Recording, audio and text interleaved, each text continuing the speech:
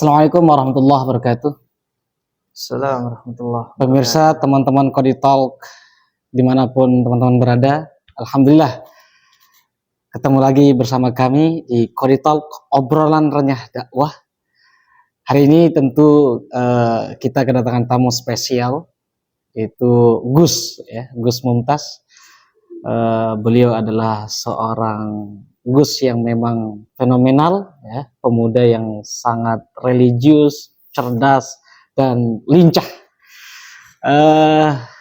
Dan tentunya tidak lama kemarin kita sudah memperingati Hari Santri yang bertema Jihad Santri untuk Jayakan Negeri. Mungkin nanti kita akan kaitkan tema kita hari ini dengan bagaimana peran pemuda di tengah tahun politik dan juga bagaimana santri menghadapi pemilu 2024. Dan tentunya kesempatan-kesempatan anak muda untuk berkiprah di dunia politik juga kita akan ulas bersama Gus Mumtaz. Baik teman-teman semua, tetap di Kodi Talk. Kita akan sapa terlebih dahulu narasumber fenomenal kita pada hari ini. Gimana kabarnya Gus? Alhamdulillah sehat. Alhamdulillah. Ini saya baru pertama kali ini di Kodi Talk. Ternyata luar biasa, moderatornya keren, gagah. Siap Gus, ini berkat arahan dari Gus Mumtaz. Sepertinya wajahnya ceria. Alhamdulillah. Bersinar. Walaupun di luar panas, kondisi kebatinan apalagi, ya kan? Iya Gus. Tahun politik soalnya. Betul. Yang mentah aja bisa matang, nah, karena digoreng terus. Digoreng. Ya. Jadi mudah-mudahan karena adanya Kodi bisa adem. Amin. Bisa terkontrol dengan baik. Ya. Gimana aktivitas hari ini Gus, lancar? Alhamdulillah. Iya. Kayaknya semakin padat nih aktivitasnya nih. Ya biasa aja sih sebenarnya. Cuma menyibukkan diri. Karena kalau pas nggak ada aktivitas malah bingung. Betul. Namanya anak muda kan, lagi pengen yang banyak kegiatan. Kemarin di peringatan Hari Santri Nasional, Gus di pesantren mana? Kebetulan aku ikut streamingnya aja kemarin pas di Hari Santri. Karena banyak kalau di DKI sendiri ada kegiatan di Asidikia, ada yang di Aziadah. Jadi banyak lumayan yang masing-masing pondok pesantren merayakan. Ada yang di Al-Hamid juga. Di Jakarta Timur guys ya. Ya, di Jakarta Timur. Tapi emang menarik karena ini momennya santri itu kan biasanya stigmanya kalau dulu ya. Kamu kalau bandel nanti papa atau mama kirim ke pesantren gitu. Itu dulu tuh. Karena identik kalau orang tua gagal mendidik anak atau anaknya dominan terpengaruh oleh lingkungan, bandel, terus pasti diancam untuk dipesantrenkan. Tapi menarik nih. Alhamdulillah beberapa tahun belakangan image sudut pandang tentang santri ini berubah. Ya kan, yang tadinya kalau nakal pesantren sekarang beda lagi. Kamu kalau mau jadi presiden, kamu nyantri sekarang. Ya kan? Kamu kalau mau jadi wapres, kamu nyantri sekarang. Berarti motivasinya kamu kalau itu mau jadi menteri, nyantri sekarang. Jadi image tentang santri apalagi diangkat sebagai punya hari khusus gitu ya. Hari santri ini mengangkat derajat martabat santri. Apalagi saya dengar di beberapa pondok pesantren udah ada kajian yang sangat modern. Nggak hanya ngaji klasikal, tapi ngaji tentang bahkan ada robotiknya, bahkan ada IT-nya. Komplit lah gitu. Dengan kecanggihan artificial intelligence. Iya betul. Jadi artinya perkataan-perkataan kaum sarungan itu terbantahkan dengan misalnya fenomena santri yang makin hari makin berkembang maju. Betul. Gitu. Bahkan kita nggak jarang terheran-heran ada santri dari daerah. Ya paling kalau toh anaknya kiai, pondok pesantrennya cuma 40, santri 50 gitu kan. dia ngaji di sana, tapi tahu-tahu dia punya perusahaan startup. Wah, gitu. Keren. Itu ada. Dan itu ada lumayan banyak santri ternyata. Bos, luar biasa. Jika kita petakan berapa persen, misalnya yang yang sudah beranjak dalam segi kemajuan teknologi informasi khususnya di Indonesia ini atau di dalam lingkup Jakarta? Oh, kalau presentasi kita mesti harus ini dulu ya, menginventarisir kalau emang mau tahu jumlah kuantitasnya seberapa gitu. Tapi yang saya dengar seperti di PBNU sekarang, dia buat badan khusus terkait dengan isu strategis. Itu isinya anak-anak muda. Anak-anak muda dari yang santri-santri, tapi di usia mudanya dia punya startup yang nilai nominalnya cukup besar gitu. Kayak dikumpulkan untuk menggarap kira-kira NU ke depan mau dibawa sejauh apa dan bagaimana gitu. Berarti keren sekali nih Gus kalau misalnya itu kita publishing ya, orang tokoh-tokoh santri muda yang memang punya kekuatan secara kemampuan untuk memanage startup gitu ya. Ya, karena bicara anak muda, tentu narasi yang sudah jauh beredar tentang bonus demografi ya. Bonus demografi terkait dengan kuantitas bahwa yang muda itu jauh lebih banyak dari yang tua ternyata. Karena di tahun tertentu angka kelahirannya tinggi, ya kan? Akhirnya di tahun sekarang nih kita bisa merasakan kalau yang anak muda lebih dominan posisinya. Gitu. Maka saya di beberapa pertemuan sempat ngomong kalau dulu yang lebih dominan itu, yang punya kuantitas besar itu pengangguran. Jadi seandainya pengangguran itu buat satu partai, lalu mengusung satu nama pemimpin, maka partai pengangguran itu yang akan menang. Karena ceruknya banyak sekali. Artinya pengangguran lebih banyak dari lebih banyak. Itu dulu. Okay. Kalau sekarang beda. Kalau sekarang adalah ceruk yang paling banyak itu ya anak muda. Mudanya. Seandainya anak muda ini punya partai khusus atau tertentu dan suaranya padat solid, maka pemimpinnya akan jadi dari anak muda. Nah, kira-kira nih menarik nih Gus. Tadi kita sudah bicara tentang Hari Santri, kemudian santri hari ini sudah terbantahkan tentang santri adalah kaum sarungan yang kolot dan sebagainya, tapi kita dapat data dari beliau bahwa santri juga ada yang menjadi seorang entrepreneur, mempunyai startup dan penghasilan yang cukup mapan. Nah, tentunya kita akan lanjutkan tetap di Kodi Talk teman-teman semua. Oke. Mengenai tentang santri kesempatan santri di dunia politik ini Gus, karena kita tahu bersama bahwa hari ini adalah tahun-tahun politik Gus. Jadi kira-kira kesempatan santri untuk terjun ke dunia politik apa? Dan tentunya image orang itu kalau terjun ke politik itu kan kayak menakutkan. Seperti saya yang tidak pernah terjun ke politik itu, ketika saya mendengar partai-partai politik ngumpul dan sebagainya, ada ketakutan yang begitu dalam ketika mau terjun ke dunia politik. Maksudnya kira-kira kesempatan santri ini untuk terjun ke dunia politik itu seberapa besar? Iya, kalau politik itu identik dengan kekuasaan, maka orang-orang yang berada di lingkungan kekuasaan dari unsur santri itu udah cukup banyak. Mulai dari presiden, kita mengenal Abdurrahman Wahid atau Gus Dur, ya kan?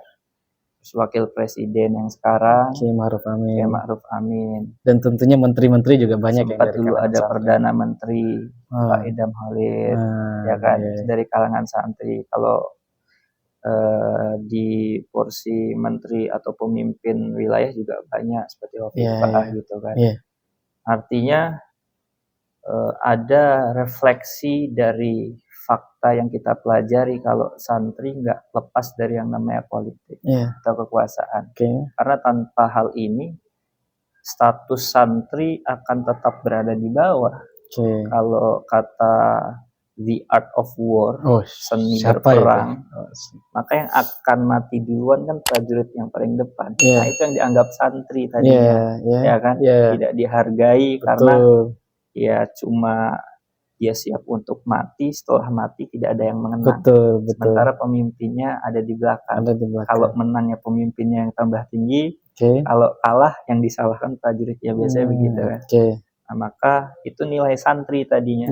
Tapi karena banyak dari santri yang memiliki peran secara politik, ini bisa merubah status santri tersebut sedikit demi sedikit. Kira bisa memiliki potensi yang sangat bagus, dampaknya dikenang di masyarakat Indonesia terutama. Seperti itu. Dan kira-kira apa yang harus disiapkan oleh seorang santri yang paling urgen untuk menghadapi dunia politik hari ini? Apakah mereka juga harus ikut terjun ke dunia politik atau seperti apa, Gus? Politik itu pilihan ya. Politik itu pilihan, banyak opsi lah. Tapi kalau yang diajarkan para kiai, yang harus diberikan modal kepada para santri, terutama terkait politik kebangsaan ya. Karena yang dijunjung tinggi oleh santri bukan nilai untuk memperkuat moral pribadi, melainkan kepentingan orang banyak, bahkan kepentingan negara gitu. Kan dalam resolusi jihad itu yang dibela adalah negara, itu pertama ya. Jadi kalau nanti santri akan beririsan dengan pendidikan, katakan tingkat pendidikan Indonesia rendah, nilai literasinya rendah, maka dalam gerakan politik santri harus berusaha semaksimal mungkin, mati-matian memperjuangkan masyarakat Indonesia harus bisa baca semua. Kan gitu. Ya kan? Kalau terkendala alat, maka harus ada anggaran untuk pengadaan alat. Gitu. Demi apa? Demi sama-sama masyarakat Indonesia bisa membaca. Itu kalau di bidang pendidikan. Katakan kalau di bidang kesehatan juga sama. Ya kan? Di Indonesia krisis kesehatan atau sumber daya manusianya banyak. Ya kan? Tapi sarananya sedikit. Maka dalam bidang ini, dalam hal ini, santri bergerak secara politik untuk bisa memperjuangkan hak di bidang kesehatan tersebut. Semata-mata semua demi kemajuan bangsa ini. Itulah. Terkait tentang literasi tadi misalnya di dunia pesantren itu literasi itu udah lebih maju daripada literasi modern.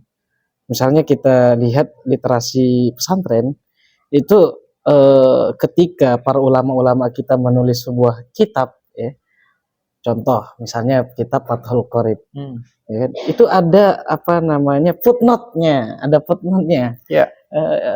kemudian setelah Fathul Qorib nanti ada disyarahkan lagi, kemudian disyarahkan lagi. Contoh misalnya kitab Nahwu, dalam Nahwu itu Jurumiyah nanti disyarahkan lagi menjadi Syarah Dalat, kemudian menjadi Mutamimah, kemudian Alfiyah menjadi Ibnu Aqil dan sebagainya. Artinya literasi pesantren itu kan, literasi pesantren itu kita lebih maju daripada literasi modern pada saat ini. Nah, artinya santri ini juga mempunyai kesempatan yang luar biasa dalam memajukan literasi Indonesia atau dunia pendidikan. Sangat. Karena lagi-lagi ketika Indonesia ini kan dianugerahi dengan kuantitas. Kalau ditanya berapa banyak emang masyarakat di Indonesia, paling banyak daripada negara-negara lain. Dari situ, ketika negara ini mengadopsi sistem kenegaraan demokrasi, maka kalau ditanya negara mana yang demokrasinya bagus gitu kan, dianggap bagus karena pemilihnya banyak, maka Indonesia ini berada di top 3 lah. Di situ ada Amerika, ada China gitu kan. Kemudian Indonesia gitu. Tapi begitu juga sebaliknya, kalau kita melihat indeks kepuasan demokrasinya sejauh apa, artinya secara kualitas. Ternyata kita Indonesia itu masih berada di jauh sekali. Bahkan di urutan 60. Artinya yang banyak ini ternyata nggak memiliki kepuasan yang layak terhadap masyarakat. Ya kalau di elektoral makanya politisi sekarang itu lebih memperhatikan kaum yang menengah ke bawah ya, karena secara elektoral itu lebih mudah diambil, lebih mudah dipengaruhi gitu kan. Dan karena one man one vote, jadi lebih mudah ya mereka pasar ya gitu, daripada orang-orang yang menengah ke atas, jumlahnya dikit, ya kan, dan susah untuk dipengaruhi. Nah itu juga bagian dari PR santri ke depannya. Indonesia tidak hanya banyak, tapi harusnya berkualitas. Itu kira-kira. Ini luar biasa teman-teman. Jadi tentunya kita sebagai santri Indonesia dengan begitu persaingan begitu ketat hari ini, lalu kemudian PR terus kita adalah bagaimana kita terus meningkatkan kualitas diri, manajemen diri, sampai kita nanti bisa mengaktualisasikan diri di tengah masyarakat. Dan tentunya pilihan politik dan sebagainya itu adalah pilihan-pilihan yang memang tidak harus misalnya semua harus terjun ke politik, tapi teman-teman harus betul-betul ya mengasah diri, kemampuan diri teman-teman di mana dan sebagainya. Mungkin itu pesan yang paling bisa diartikan di teman-teman santri Indonesia ya. Karena politik nggak melulu selalu tentang saling jatuh menjatuhkan, nggak melulu selalu tentang saling bully, nggak melulu tentang hoax, nggak melulu tentang kekuasaan yang disalahgunakan. Politik juga bisa mempunyai dampak yang baik jika dipimpin oleh orang baik. Cakep. Jika dipimpin oleh pemuda yang baik. Gitu. Baik.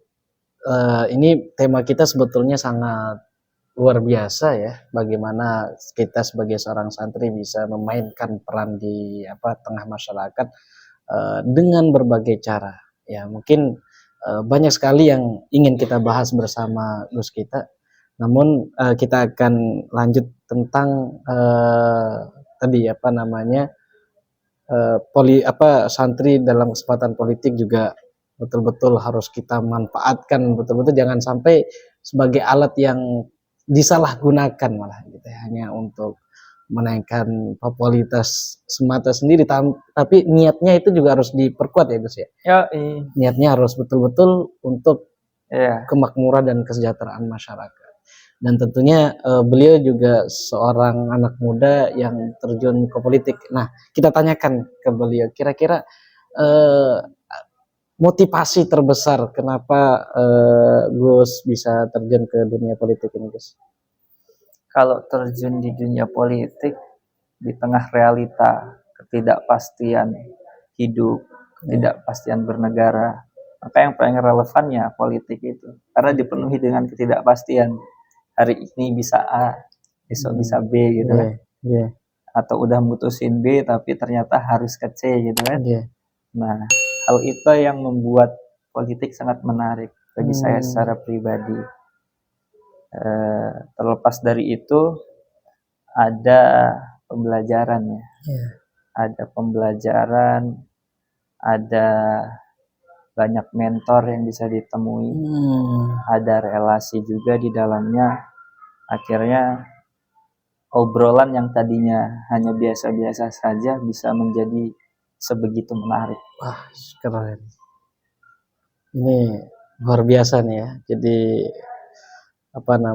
politik bukan hanya tempat untuk tanda kutip itu negatif, tapi bagaimana kita juga bisa mengaktualisasikan diri di tengah berbagai macam persoalan-persoalan sehingga kita bisa betul-betul bisa belajar di sana. Oke, Gus, kita bicara tentang anak muda hari ini, misalnya kita kaitkan dengan pemilu 2024 yang memang anak muda itu pemilih terbesar di Indonesia, atau generasi milenial dan generasi Z itu kalau nggak salah itu sekitar 52 atau lebih, Gus, atau seperti apa, Gus? Lebih banyak ya? Kalau riset terbaru emang harus secara rigid ya. Harus harus dicek lagi rigidnya. Tapi melihat dari impact-nya, kalau sekarang beda sama zaman sebelum 4.0. Kalau satu orang bicara, ya udah cuma berlaku satu aja gitu. Tapi zaman sekarang itu satu orang bisa menjadi 10 orang bisa menjadi 100 orang, bisa menjadi 1 juta orang. Bagi anak muda ya, dengan segala kecerdikannya, dengan segala pengetahuannya tentang teknologi dan AI. Contoh untuk mengkritik, kitanya boleh seorang, hanya 1 gitu. Tapi akunnya kan bisa ribuan. Betul. Ya kan? Belum followernya. Ya kan? Betul. Belum mesinnya nanti. Betul. Mesin AI-nya itu belum. Jadi kualitas anak muda itu nggak bisa diremehkan sekarang. Untuk menghancurkan satu kelompok aja cukup kali 1 anak muda itu. Sekarang orang-orang tuh mengetahui dan merasa relate ya perkataannya Soekarno itu.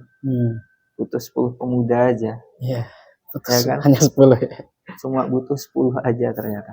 Masya Allah. Makanya pemimpin sekarang itu mulai aware betapa mengerikannya potensi anak muda. Walaupun sebagian besar anak muda nganggapnya ini biasa-biasa aja. Ya ada yang masih hobinya tidur juga ada, ya kan? Ada yang masih hobinya main kayak Mobile Legends gitu kan, itu juga masih banyak. Bahkan ada anak muda yang udah saking tersesatnya sering main slot gitu kan. Tapi main gamer juga penyumbang impact terbesar juga di Indonesia. Tapi bisa juga merugikan negara Indonesia juga ya karena uangnya keluar ya.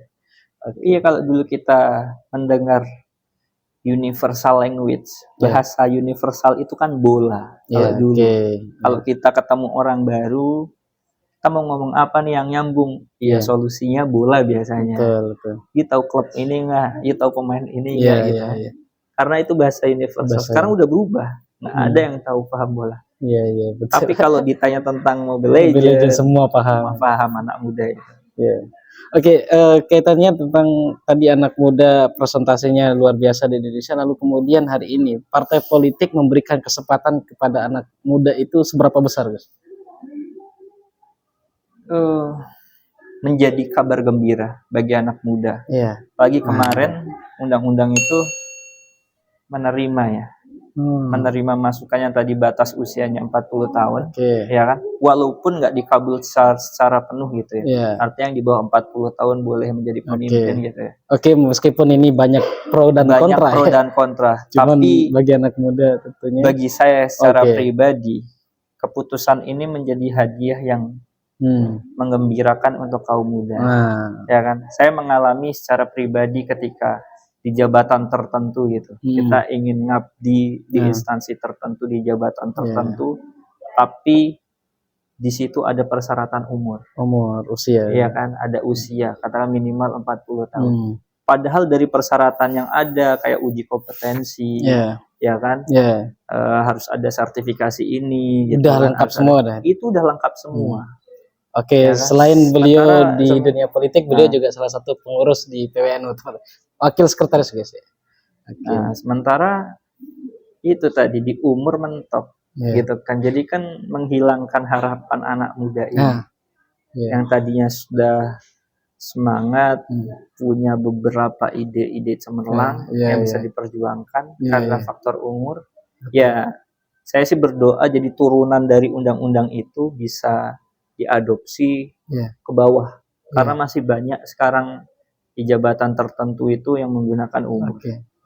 Padahal umur 40 itu belum tentu mentalnya berumur 40. Betul. Atau umur 15 itu belum tentu mentalnya umur 15. Bahkan bisa lebih. Kalau di psikologi itu umur ada 2 tahap ya.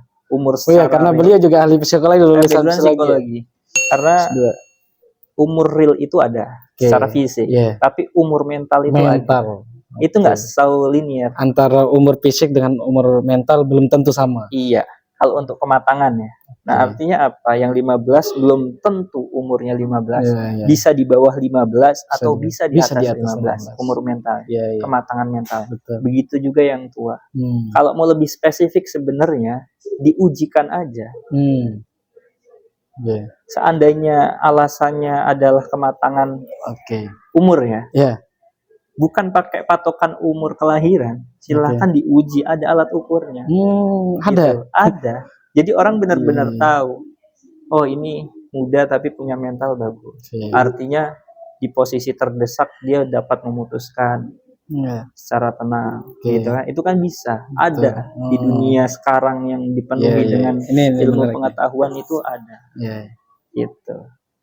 Tapi terlepas dari lalu kemudian Gibran nyapres, terlepas dari hal itu, gitu. Secara inklusif kebijakan ini menjadikan sebuah harapan bagi anak muda. Dan tradisi ngantri itu di kalangan aktivis itu mungkin bisa terbantahkan juga nih.